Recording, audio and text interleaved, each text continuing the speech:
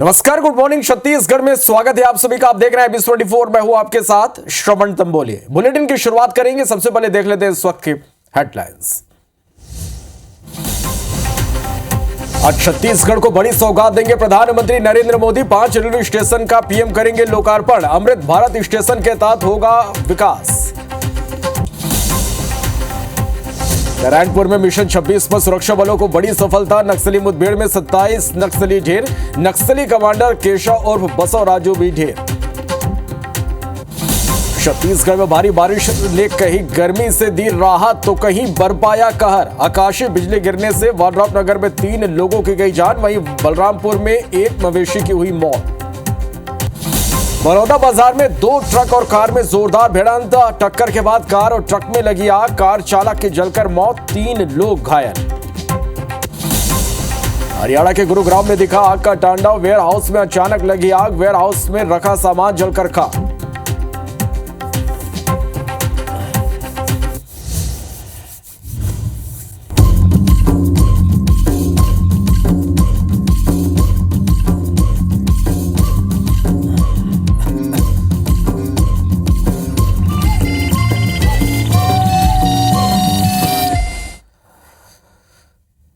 Bulletin की शुरुआत करेंगे छत्तीसगढ़ में बदलते मौसम के मिजाज से।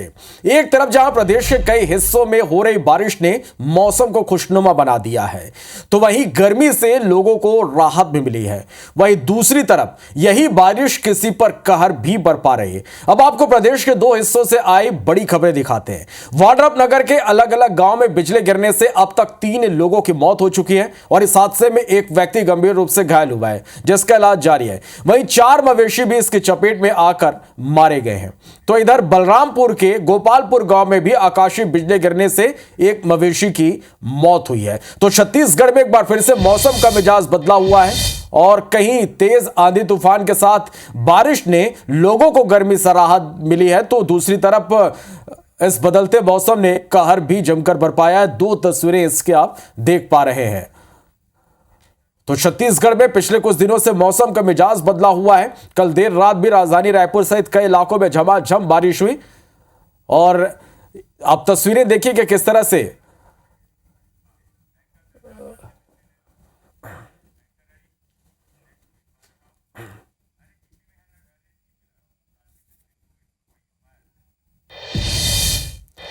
तो छत्तीसगढ़ के कई जिलों में आकाशीय बिजली का कहर देखने को मिला। वाड्राफनगर के अलग अलग गांव में बिजली गिरने से अब तक 3 लोगों की मौत हो चुकी है और इस हादसे में एक व्यक्ति गंभीर रूप से घायल हुआ है, जिसका इलाज जारी है। वहीं 4 मवेशी भी इसकी चपेट में आकर मारे गए हैं। तो इधर बलरामपुर के गोपालपुर गांव में भी आकाशीय बिजली गिरने से एक मवेशी की मौत हुई है। तो यह बड़ी खबर, तस्वीरें में आप देखिए कि किस तरह से वाड्राफनगर और बलरामपुर में आकाशीय बिजली का कहर देखने को मिला। वाड्राफनगर के अलग अलग गांव में बिजली गिरने से अब तक 3 लोगों की मौत हो चुकी है। इस हादसे में एक व्यक्ति घायल हुआ है, जिसका इलाज जारी है। तो वही 4 मवेशी भी इसके चपेट में आकर मारे गए। इधर बलरामपुर के गोपालपुर गांव में भी आकाशीय बिजली गिरने से एक मवेशी की मौत हुई है। तो बदलते मौसम ने किस तरह से कहर बरपाया है, ये तस्वीरें आप देख पा रहे हैं कि आकाशीय बिजली गिरने से वाड्राफनगर में 3 लोगों की मौत हुई है। तो बलरामपुर में भी आकाशीय बिजली की चपेट में आने से एक मवेशी की मौत हुई है। तो 3 व्यक्ति और 5 मवेशी आकाशीय बिजली की चपेट में आए हैं। पिछले कुछ दिनों से छत्तीसगढ़ में मौसम का मिजाज बदला हुआ है। मौसम विभाग ने भी भारी बारिश को लेकर अलर्ट जारी किया है। कल देर रात झमाझम बारिश राजधानी रायपुर सहित कई इलाकों में हुई। तो एक तरफ इस भीषण गर्मी में लोगों को राहत मिली। चलिए और इस खबर पर ज्यादा जानकारी के साथ 2 संवाददाता हमारे साथ लाइव जुड़ रहे हैं। रायपुर से प्राची पांडे हमारे साथ लाइव जुड़ गए, तो वाड्राफनगर से देवेश दुबे हमारे साथ लाइव जुड़ गए। सबसे पहले राजधानी रायपुर का रुख करते हैं, प्राची के पास चलते हैं। प्राची, लगातार पिछले कुछ दिनों से मौसम का मिजाज छत्तीसगढ़ में बदला हुआ है। कल देर रात भी झमाझम बारिश हुई है। एक तरफ यह बारिश लोगों के लिए राहत है, तो दूसरी तरफ आफत भी बनकर सामने आई है। क्या कहना है मौसम विभाग को लेकर, मौसम को लेकर?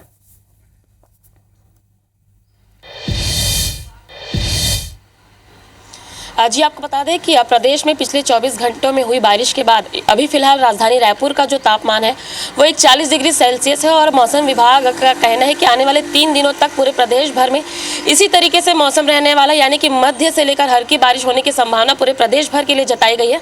आपको बता दें कि आने वाले 3 दिनों तक मौसम कुछ इसी प्रकार रहने वाला है। इसके अलावा मौसम विभाग ने अलर्ट भी जारी किया है, यानी कि आकाशीय बिजली गिरने के साथ तेज हवाओं के लिए भी अलर्ट जारी किया है। इसके लिए लोगों को सचेत भी किया गया है कि आप बहुत ज़्यादा अधिक अगर अर्जेंट हो तभी घरों से निकले। इसके अलावा अगर तेज बारिश हो रही है या तेज हवाएं चल रही है तो पेड़ों के नीचे या ऐसे किसी जगह पर आप ना खड़े हो जहां पर बिजली गिरने की संभावना होगी।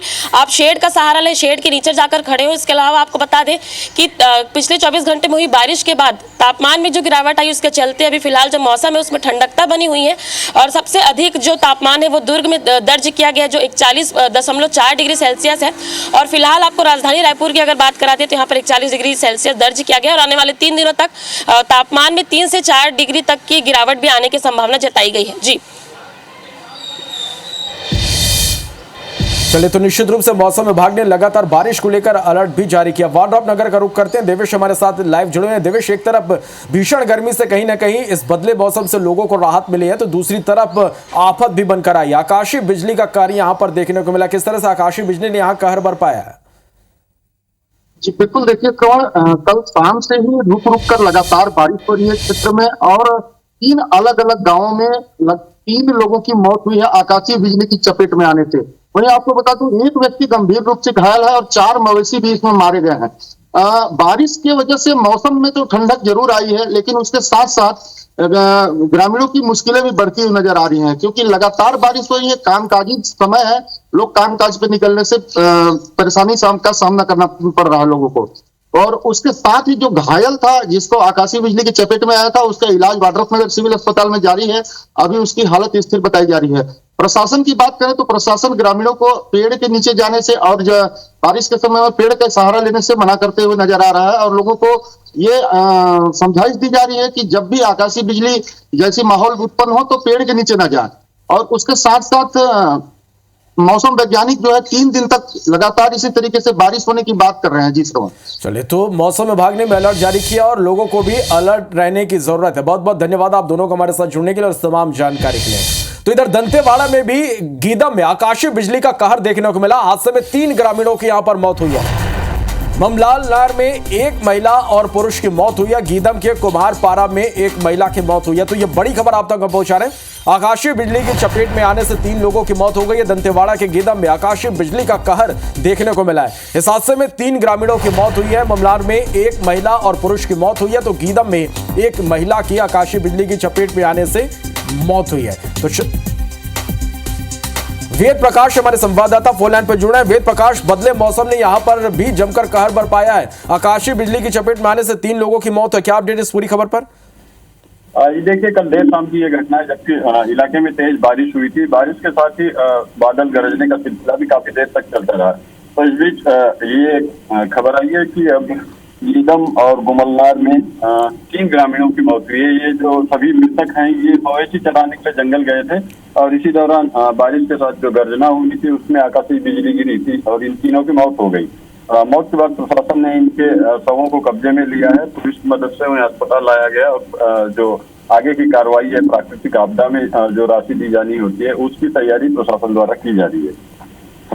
जी बहुत बहुत शुक्रिया वेद प्रकाश इस पूरी जानकारी के लिए।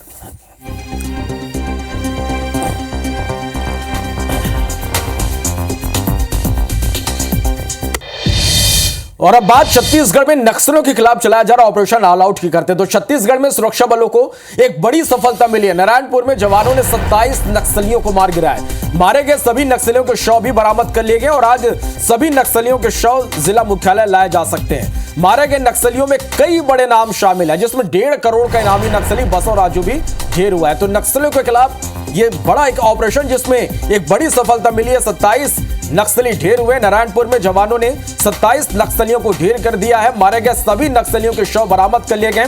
आज जिला मुख्यालय सभी नक्सलियों के शव लाए जा सकते हैं। मारे गए नक्सलियों में कई बड़े नाम हैं जिसमें 1.5 करोड़ का इनामी नक्सली बसव राजू भी ढेर हुआ है। और अब इसे लेकर राजनीति भी शुरू हो गई। एक रिपोर्ट हम आपको दिखाते हैं।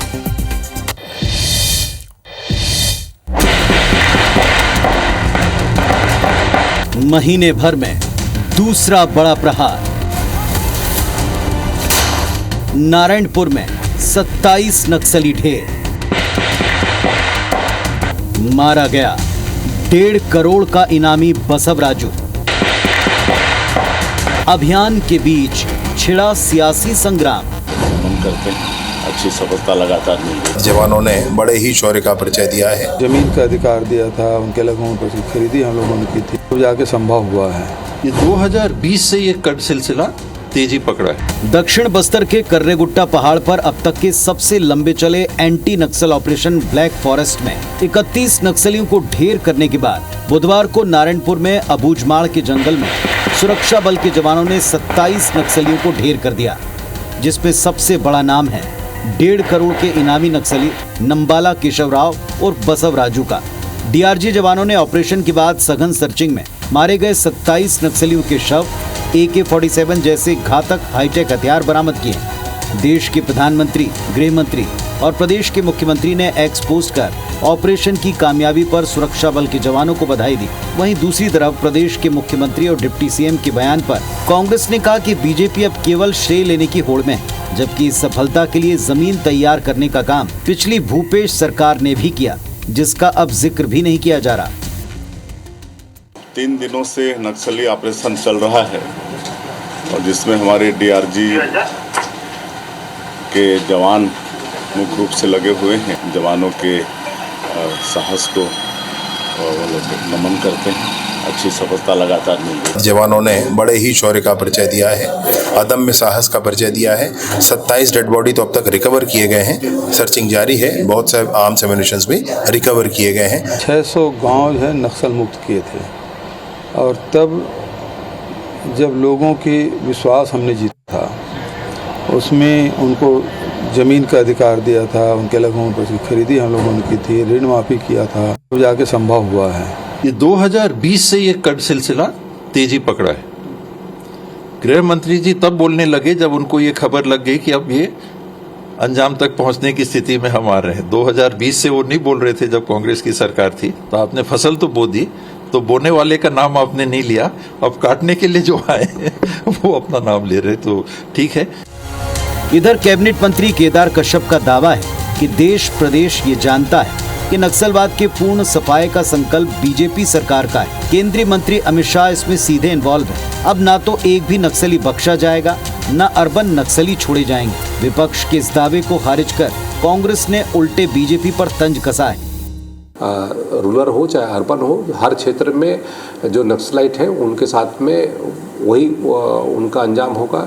अभी भी इस दृष्टि से आगे बढ़ रहा है, तो ये उसके लिए ठीक नहीं है। और अर्बन नक्सलवाद को खत्म करना है।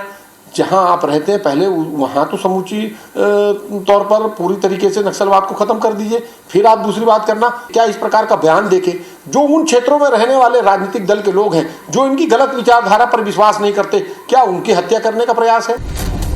कुल मिलाकर देश में जैसे ऑपरेशन सिंदूर के बाद बीजेपी कांग्रेस में आतंक के खिलाफ निर्णायक एक्शन के श्रेय को लेकर सियासी रार छिड़ी है, तो वहीं छत्तीसगढ़ में पक्ष विपक्ष के बीच नक्सलियों के पूर्ण सफाई के ऑपरेशंस में सफलता के क्रेडिट को लेकर बहस छेड़ी जा रही है। अब सवाल यह है कि प्रदेश की आम जनता एक के बाद एक इन सफलताओं का क्रेडिट असल में किसे दे रही है। Bureau report, IBC 24।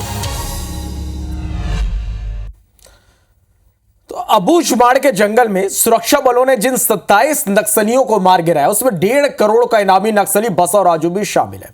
अब यह बसव राजू कौन है, यह हम आपको बताते हैं। इसका पूरा नाम है नंबाला केशव राव उर्फ गगन्ना उर्फ बसव राजू। मूलतः आंध्र प्रदेश का यह रहने वाला था। वारंगल यूनिवर्सिटी से इंजीनियरिंग इसने की है। इसके साथ ही 1980 के दशक में नक्सल आंदोलन से यह जुड़ा।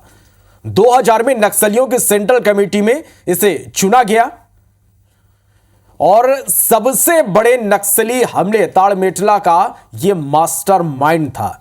और इसके बाद लगातार इस पर इनाम की घोषणा की गई। छत्तीसगढ़, तेलंगाना और महाराष्ट्र में यह पूरी तरह से सक्रिय था। 2004 में सेंट्रल मिलिट्री कमीशन में यह सेक्रेटरी बना। इसके बाद 2018 गणपति के बाद नक्सल संगठन का यह चीफ बनकर काम कर रहा था।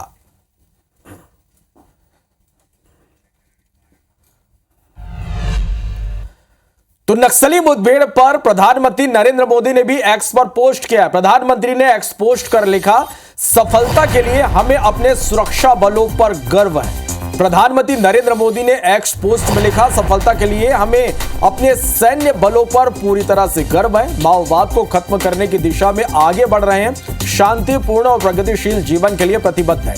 27 नक्सलियों को मार गिराया गया है।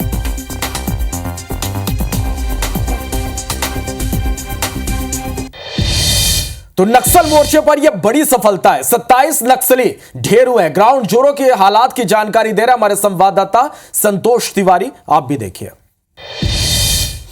बस्तर संभाग के 4 जिले नारायणपुर, कोंडागांव, दंतेवाड़ा और बीजापुर से डीआरजी की टीम संयुक्त ऑपरेशन चलाई, जिसमें नारायणपुर जिले के ओरछा एरिया में 27 माओवादियों को मार गिराने में पुलिस को सफलता मिली। इसमें 1 करोड़ रुपए के इनामी नक्सली भी शामिल है। इनके पास से भारी मात्रा में हथियार भी बरामद हुए। पुलिस को नक्सल ऑपरेशन का सबसे बड़ा सफलता माना जा रहा है। संतोष तिवारी, IBC 24, बीजापुर। बढ़ते आगे और अब आज सीएम के कार्यक्रम की बात कर लेते हैं। अंबिकापुर के दौरे पर रहेंगे सीएम साहब। रेलवे स्टेशन को उद्घाटन कार्यक्रम में यहां सीएम शामिल होंगे।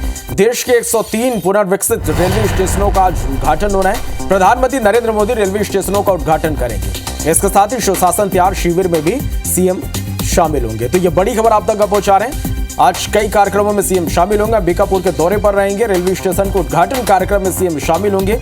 देश के 103 पुनर्विकसित रेलवे स्टेशनों का उद्घाटन आज होगा। प्रधानमंत्री नरेंद्र मोदी रेलवे स्टेशन का उद्घाटन करेंगे। सुशासन तिहार शिविर में भी सीएम शामिल होंगे। तो देश भर में अमृत भारत योजना के तहत रेलवे स्टेशन का कायाकल्प किया जा रहा है, जिसमें स्टेशन की आधुनिक सुविधाओं से लैस करने के साथ पुनर्विकसित करने का काम हो रहा है। और इसी कड़ी में योजना के तहत प्रथम चरण में हुए कार्यों का लोकार्पण आज प्रधानमंत्री नरेंद्र मोदी करेंगे।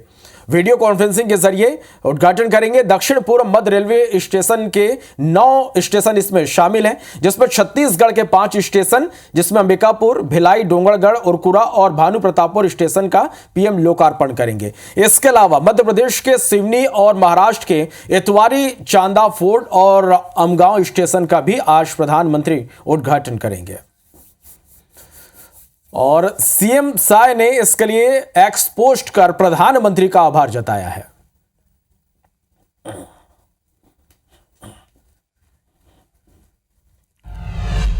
और इस बीच एक बड़ी खबर है राजधानी रायपुर से, जहां पोल्ट्री फार्म मालिक और उसकी बेटी पर FIR दर्ज किया गया है। 20 से 25 कुत्तों से कटवाने का आरोप है। पीड़ित मां और बेटे ने यह आरोप लगाया। घायल मां और बेटे का अस्पताल में इलाज जारी है। सिलियारी चौकी के धरसीवा का यह पूरा मामला है। तो यह बड़ी खबर आप तक पहुंचा रहे हैं रायपुर से, जहां पोल्ट्री फार्म मालिक और उसकी बेटी पर FIR दर्ज हुआ है। 20 से 25 कुत्तों से कटवाने का आरोप है। पीड़ित मां और बेटे ने यह आरोप लगाया। घायल मां और बेटे का अस्पताल में इलाज जारी है। सिलियारी चौकी के धरसीवा का यह पूरा मामला है। तस्वीरें भी आप देखें।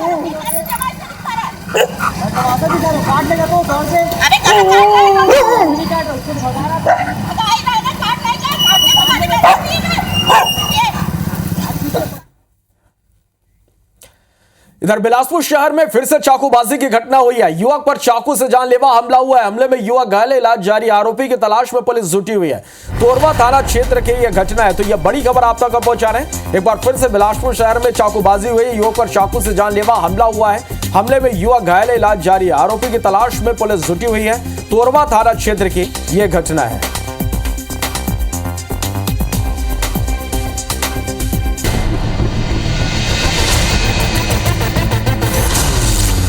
डॉक्टर मोहन आज नर्मदापुरम रेलवे स्टेशन को उद्घाटन कार्यक्रम में शामिल होंगे। पीएम मोदी वर्चुअली उद्घाटन करेंगे।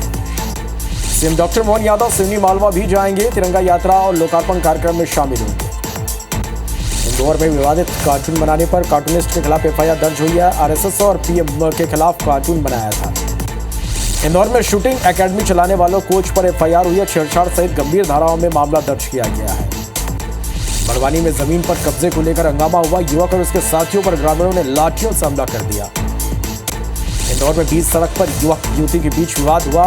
युवती ने सड़क पर प्रेमी के कपड़े उतरवाए और चप्पल से पीटा। मुरैना में जमीन के सीमांकन को लेकर 2 पक्षों में विवाद हो गया। एक पक्ष के लोगों ने दूसरे पक्ष पर लाठियों से हमला कर दिया। ग्वालियर में 6 युवकों ने सराफा व्यापारी से मारपीट की, पैसे के लेन देन को लेकर विवाद हुआ। रायसेन में वंदे भारत एक्सप्रेस बड़े हादसे का शिकार होने से बच गई। तेज आंधी तूफान से लोहे का सरिया पटरी पर आ गया था। कटनी में 2 यात्री बस टकरा गई। दोनों बसों के ड्राइवर गंभीर रूप से घायल हो गए। 60 से ज्यादा यात्रियों की जान बाल बाल बची। गुना में नकली नोट के साथ 2 आरोपी गिरफ्तार हुए। 200 और 100 रुपए के नकली नोट बरामद किए गए। कटनी में तेज रफ्तार कार अनियंत्रित होकर पलट गई। हादसे में 3 महिलाओं की मौत हो गई, 3 लोग घायल। भोपाल में ट्रक और कॉलेज बस में टक्कर हो गई। टक्कर के बाद बस के पहिए निकल गए। छात्र मामूली घायल हुए हैं। बैतूल में जिला अस्पताल से कैदी फरार हो गया। कैदी को मेडिकल के लिए अस्पताल लाया गया है, जो एनडीपीसी एक्ट मामले में जेल में बंद था। बिहार में आकाशीय बिजली गिरने से गर्भवती महिला की मौत हो गई। महिला खेत में काम कर रही थी। रतलाम में रिश्वत लेते पटवारी गिरफ्तार हुआ। प्लांट डायवर्शन के लिए महिला से 6000 रुपए की रिश्वत ले रहा था। इंदौर में गवर्नमेंट एसोसिएशन ने बांग्लादेश और चीन के कपड़ों का बहिष्कार करने का फैसला किया। जुर्माना लगाने की भी बात है। कांग्रेस ने भोपाल और इंदौर मेट्रो में तुर्की कंपनी को ठेका दिए जाने के खिलाफ प्रदर्शन किया। पूर्व मंत्री पीसी शर्मा भी मौजूद रहे। रीवा के शासकीय अस्पताल में इलाज के दौरान महिला की मौत हो गई। परिजनों ने अस्पताल परिसर में हंगामा किया। 15 जून तक मानसून मध्य प्रदेश में दस्तक दे सकता है। प्रदेश के कई जिलों में बारिश का दौर अगले 5 दिनों तक जारी रहेगा।